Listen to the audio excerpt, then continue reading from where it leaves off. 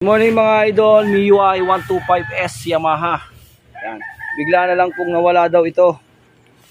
Yan, yung milyahe biglang nawala, yung mileage, tapos po pagka sinusi, hindi na mawala yung ilaw. Bumalik ng isa, dalawa, tatlo,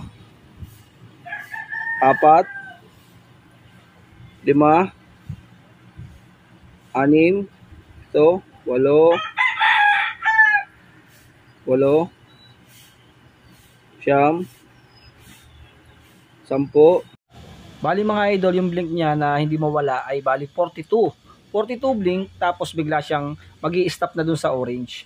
Ibig sabihin po mga idol, pagka kalimitan mga 42 na ganong style, at marami naman tayo na pagtanungan ng mga kapwa mekaniko natin na dahil sa mga ganitong pagkakataon ay sa mga FI kasi 42.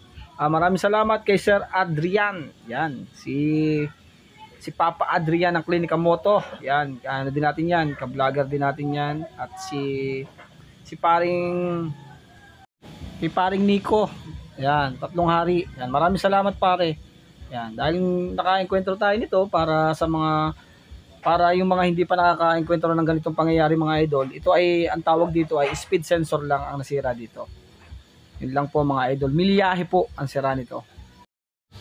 42 blink, ibig sabihin mga idol ay sa sensor.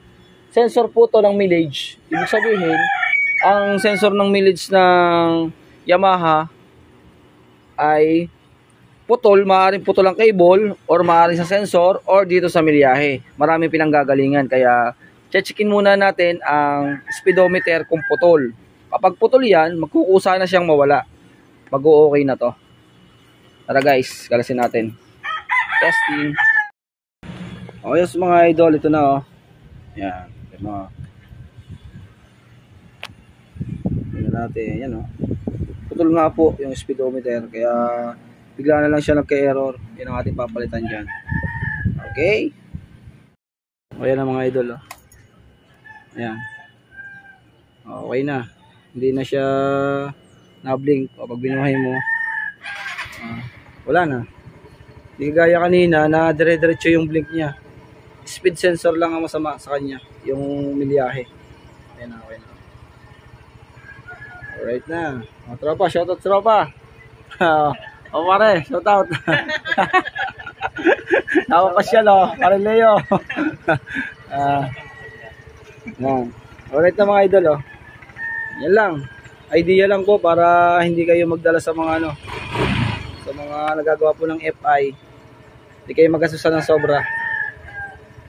Ayun.